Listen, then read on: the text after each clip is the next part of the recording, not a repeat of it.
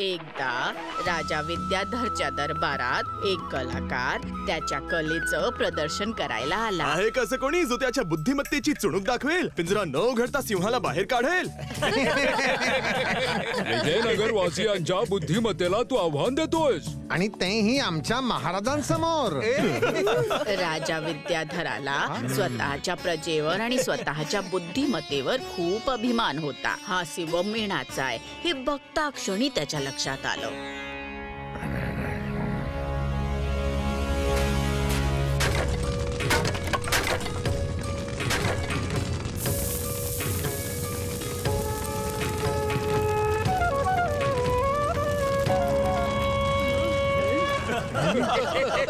तुझा हा मेणाचा सिंह पिंजऱ्याच्या बाहेर आहे कलाकार. हे विजयनगर आहे. इथे तू कोणालाही स्वतःच्या चातुर्याने मूर्ख बनवू शकत नाहीस. आता माझी प्रजा निर्णय घेईल की तुला काय शिक्षा द्यायची. काय कलाकार मिळालं का उत्तर? उत्तर बित्तर नाही, ह्याला तर सरळ शिक्षा झाली पाहिजे. शिक्षा तर झालीच पाहिजे.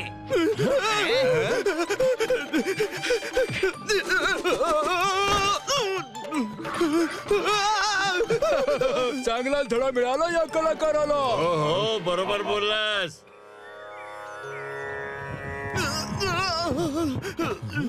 तुझी ही अवस्था कोणी बरं केली बालक? राजा विद्याधरांनी केली गुरुवर्य. त्यांना स्वतःच्या आणि प्रजेच्या बुद्धिमत्तेवर खूप घमंड आहे. एखाद्या कलाकाराचा असा अपमान करणं राजाला शोभतं का? राजा विद्याधर तर माझेच शिष्य आहे. असं वाटतंय की त्यांना पुन्हा एकदा धडा शिकवण्याची वेळ आली आहे. उमेश, हरीश, मनीष. गुरुजींनी राजाचा अहंकार मोडून काढण्यासाठी स्वतःच्या 3 प्रिय शिष्यांना बोलवलं. जशी आज्ञा गुरुवर्य. अगदी असंच होईल. ते तिघही वेषांतर करून आपल्या गुरुजींच्या आज्ञेचं पालन करण्याकरिता निघाले आणि हरीश पोहोचला पानवाल्याच्या दुकानात. श्रीमान, ही पानं कशी दिली? 10 नाण्यांच्या बदल्यात 200. एकदम ताजी आहेत. तर बोला किती देऊ? ही घ्या 10 नाणी आणि सध्या मला फक्त 25 पानं द्या. बाकीची 175 पानं माझा मुलगा चिठ्ठी घेऊन येईल तेव्हा त्याच्याकडे द्या. उत्तमातली उत्तम शाल विकत घ्या. बोला श्रीमान, कोणती शाल देऊ तुम्हाला? मला तर ही वाली शाल हवी आहे. दुकानातली सगळ्यात चांगली शाल पसंत केली आहे तुम्ही श्रीमान. तुमची पारख चांगली आहे. फक्त 200 ला आहे. ही घ्या 25 नाणी. उरलेली 175 त्या पानवाल्याकडे ठेवली आहेत. तुम्ही कोणालाही पाठवून ती घेऊ शकता. माझी चिठ्ठी बघितल्यानंतर तो तुम्हाला देईल.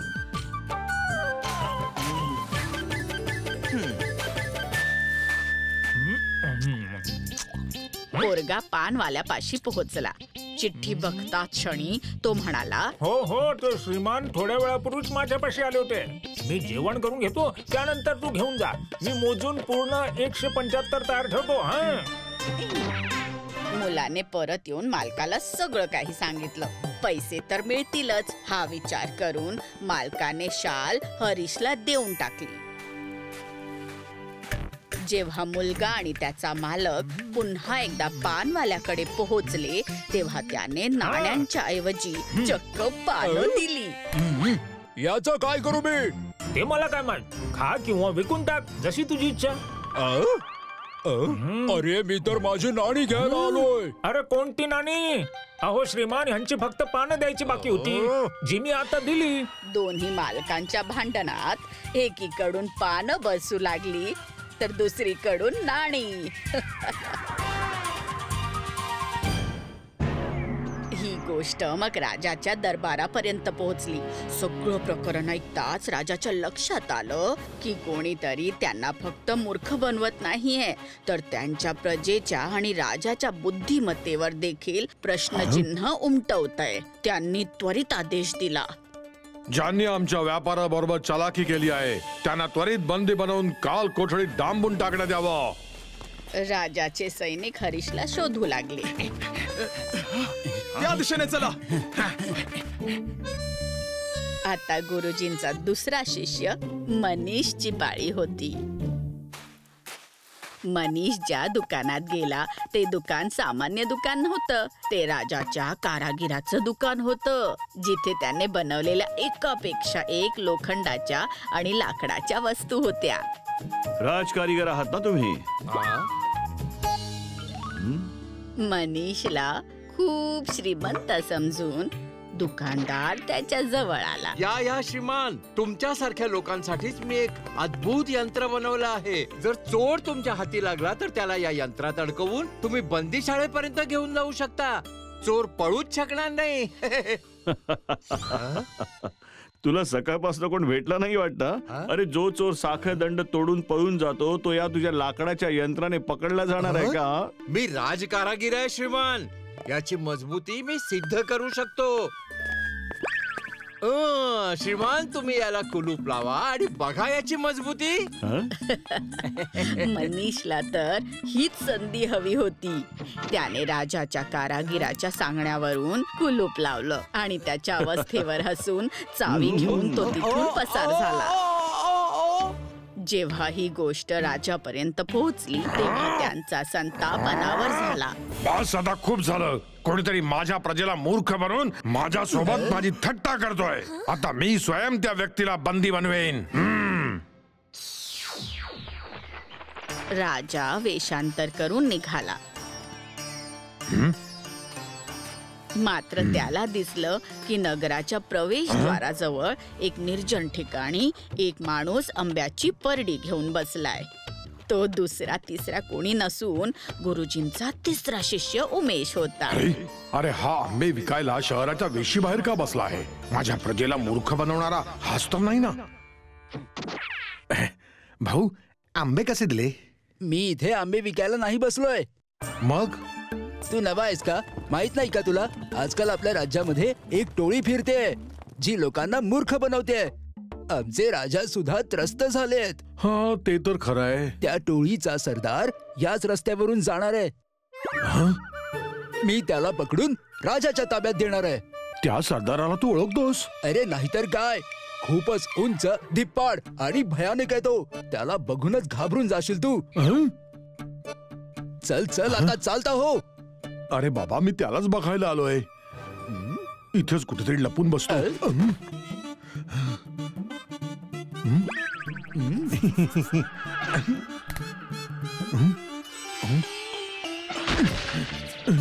अरे, तू असाच नाचत राहिलास तर मी त्याला पकडणार कसा?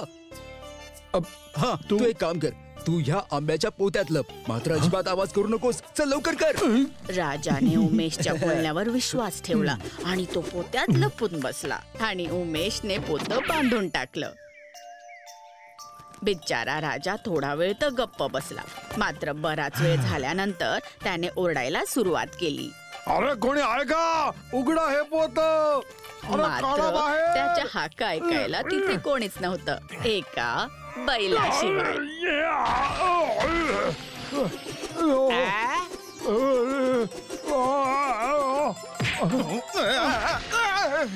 सैनिकांनी जसं पोतं उघडलं,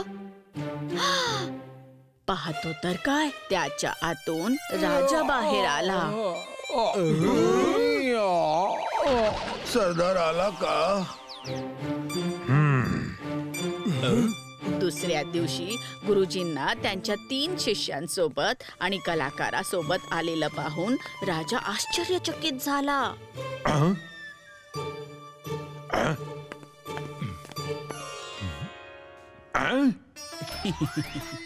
गुरुवर, हा तो तोच आहे ज्याने तुला पोत्यात बंद केलं होतं. हो, हे माझे शिष्य आहे, ज्याने तुला आणि तुझ्या 3ही व्यापाऱ्यांना मूर्ख बनवलं होतं. आणि हे सगळे माझ्याच आदेशाचे पालन करत होते. नाटक करणं तुझ्या अहंकाराला तोडण्यासाठी गरजेचं होतं विद्याधर. म्हणजे तू पुन्हा कधीच स्वतःच्या ज्ञानाच्या अहंकारामुळे एखाद्या कलाकाराचा अपमान करणार नाहीस. मला माझी चूक कळली गुरुदेव, मला क्षमा करा. राजाला त्याची चूक कळली. त्याने कलाकाराला आणि गुरुजींच्या शिष्यांना भेटवस्तू देऊन सत्कार केला. दाढी थोडी वाढली आहे, पण आता कोण न्हाव्याकडे जाईल आरामात.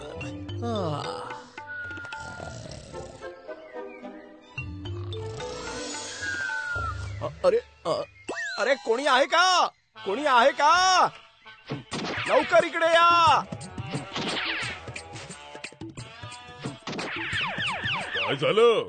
माझ्या चेहऱ्यावर ऊन येतंय. जरा समोर एखादं फडकं टाक बरं, आरामात. काय? अरे यासाठी तू ओरडत होतास का? अरे जगात एवढे आळशी पाहिलेत पण याच्यासारखा नाही पाहिलाय. चला रे जाऊया इथून आपण. आळशी कुठचा?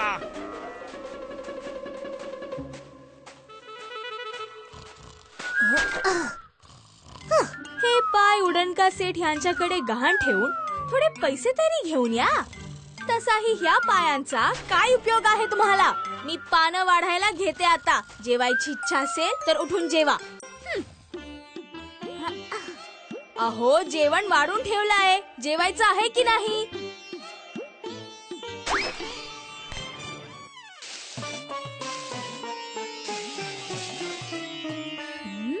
तू इतक्या प्रेमाने बनवलंयस, मग खाणारच ना मी आरामात.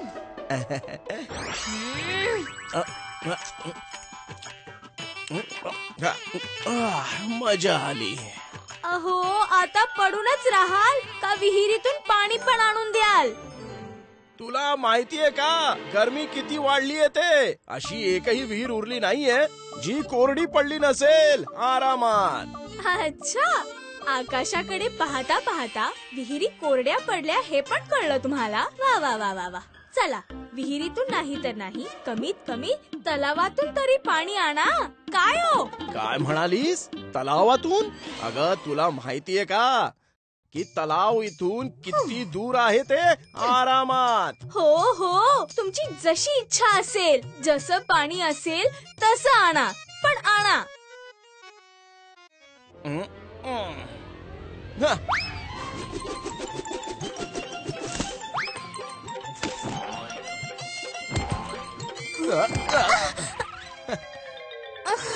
तू म्हणाली होतीस ना कोणतंही पाणी, मग आता मिळालं ना. अहो आळशीपणाची सुद्धा हद्द असते.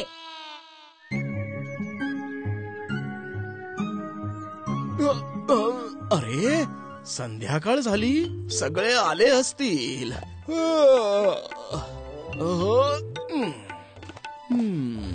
आले का अंगात प्राण? निघाले आपल्या लाडक्या आळशी मित्रांना भेटायला. स्वतः बिनकामाचे आहातच, पण गावातल्या सगळ्या लोकांना सुद्धा बिनकामाचं बनवलंय. हो का? तुला माहितीये का आळस करणं ही देखील एक कला आहे. तुला काय कळणार म्हणा. ठीक आहे चाललो मी आरामात.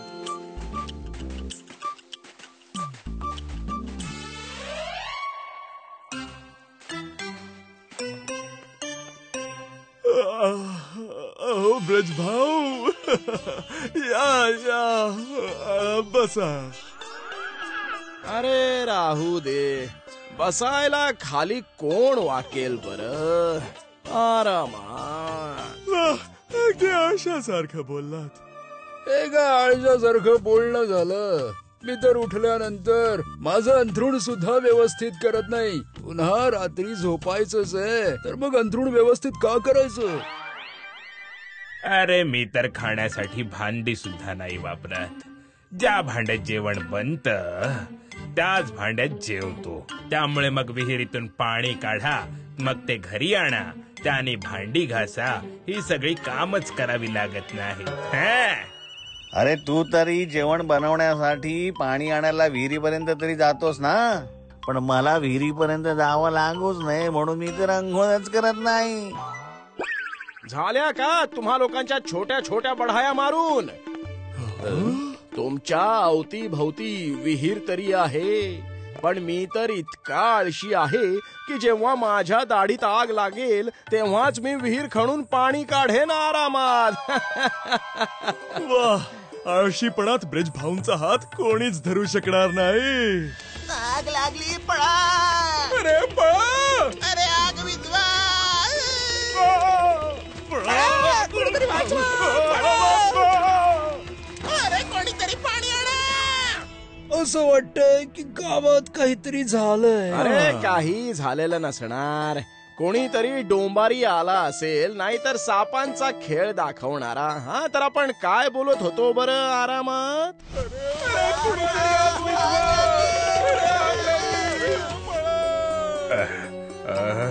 अरे एकाएकी एवढं गरम का व्हायला लागलंय? गरमी मला तर नाही वाटत.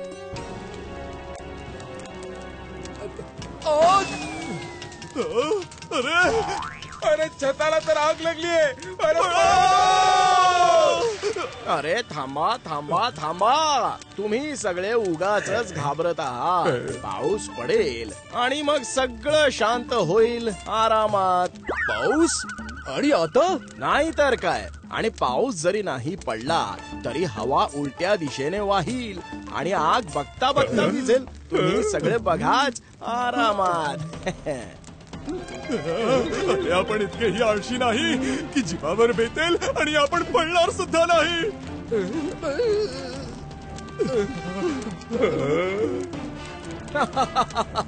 तुम्ही पण ना. जा जा, मी मात्र इथे झोपणार. अरे अरे, हे काय झालं? माझ्या दाढीला आग लागली. वाचवा वाचवा, माझ्या दाढीला आग लागली.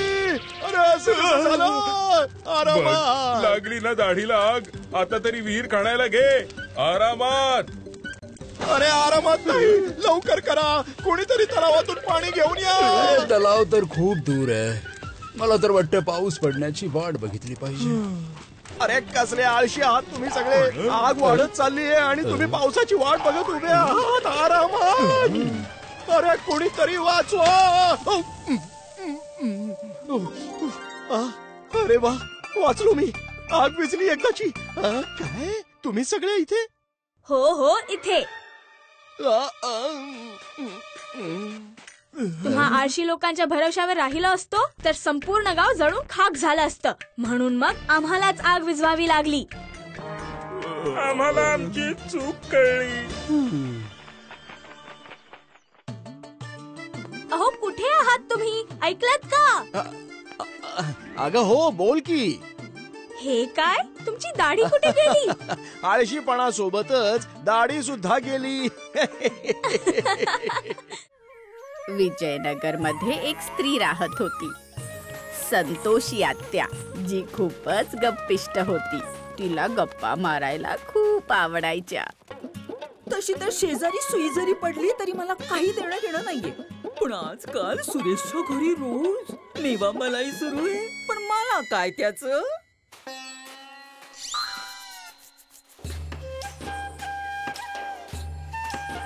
बहुतेक कुणीतरी मोठा मासा गळाला लावलाय त्याने. पण मला काय?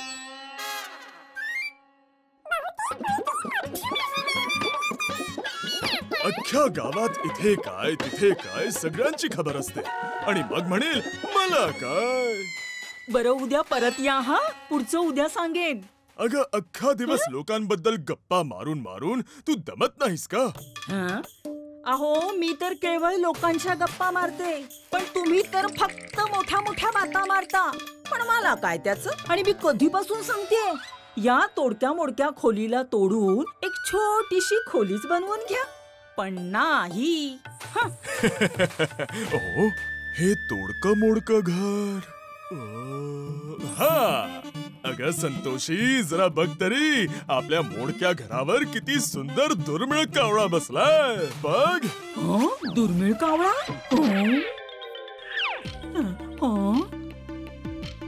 हा कसला दुर्मिळ कावळा आहे?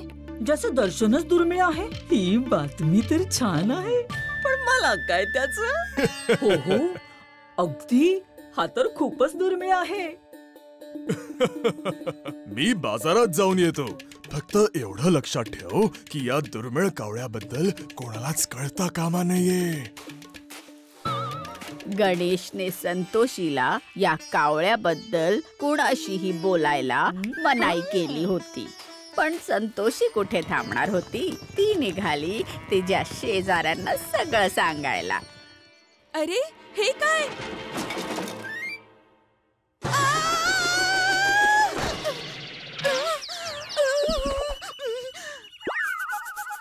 संतोषी, तू? अगं असं कोणी येतं का? अगं येणं जाणं सोड ग ताई. आज सकाळी एक खूपच दुर्मिळ कावळा माझ्या घराच्या मागच्या भागात बसला होता. हा, दुर्मिळ कावळा? पण मला काय, मी तर पाहता क्षणी बघ पळत पळत तुझ्याकडेच आले. असं काय दुर्मिळ होतं त्याच्यात? अगं पांढरा कावळा होता. पांढरा कावळा? एवढा मोठा की समज म्हशी एवढा मोठा. म्हशी एवढा? एवढी लांब शिंग आणि एवढी लांब शेपूट.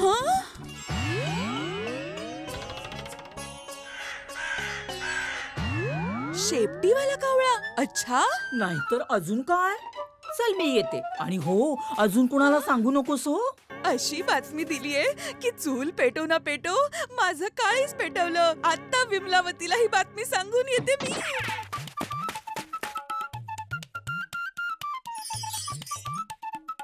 अगं तू इकडे बांगड्या चमकवत बसलीयेस आणि तिथे संतोषीच्या चकाकीने सगळ्यांचे डोळे दिपणार आहेत. काय म्हणालीस? अगं तिच्या घराच्या छतावर एक पांढरा कावळा बसला होता. पांढरा कावळा, खूप मोठा. ही गोष्ट मी फक्त तुलाच सांगतेय, कोणाला सांगू नकोस. म्हणजे माझी आजी बरोबरच सांगायची. जिथे एखादा पांढरा कावळा दिसतो तिथे नक्कीच एखादा खजिना दडलेला असतो.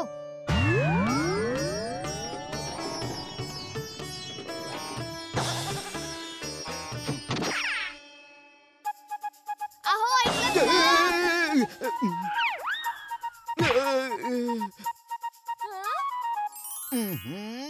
जेव्हा मी काही लिहिणार असतो तेव्हा तू सत्यानाश करायला येतेस. हो, सत्यानाश तर आपल्या सगळ्यांचा होणार आहे. तिथे संतोषी आणि गणेश गाडी मात्र काम न करता खजिन्याचे मालक बनणार आहेत. तू आणि तुझी स्वप्न. अहो स्वप्न नाही, खरंच सांगते मी. त्यांच्या घरावर आज एक दुर्मिळ पांढरा कावळा बसला होता आणि तो भला मोठा होता. असं समजा की एखाद्या म्हशी एवढाच होता तो. याचा अर्थ स्पष्ट आहे की त्यांच्या घराखाली भरपूर खजिना दडलेला आहे. काय असं आहे काय?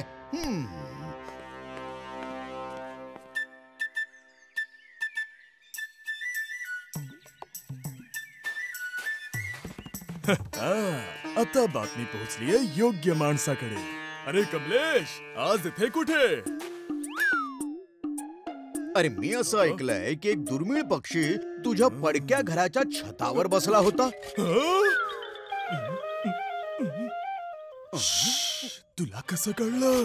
ही गोष्ट कोणाला सांगू नकोस. विशेषतः राजमहालापर्यंत ही गोष्ट पोहोचता कामा नाहीये. तो निश्चिंत राहा गणेश, मी कुणालाच नाही सांगणार.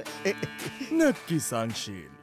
कमलेश, ज्याच्या डोळ्यात संतोषी आणि गणेश सलत होते, त्यांनी ही गोष्ट ईर्ष्येपोटी जिथे गणेशला सांगायला मनाई केली होती तिथेच पोहोचवली. अद्भुत. राज्याच्या प्रत्येक संपत्तीवर प्रथम अधिकार हा राजाचा असतो.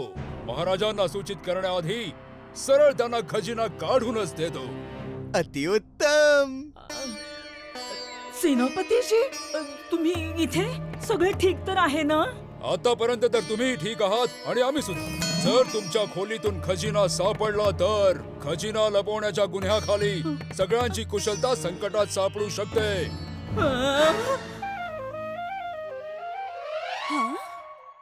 शिपायांनो, तात्काळ त्या पडक्या खोलीत खोदकाम सुरू करा. काय? अखेर तिथे खोदकाम सुरू झालं. अख्खं गाव खजिन्याची वाट पाहत तिथे उभं राहिलं.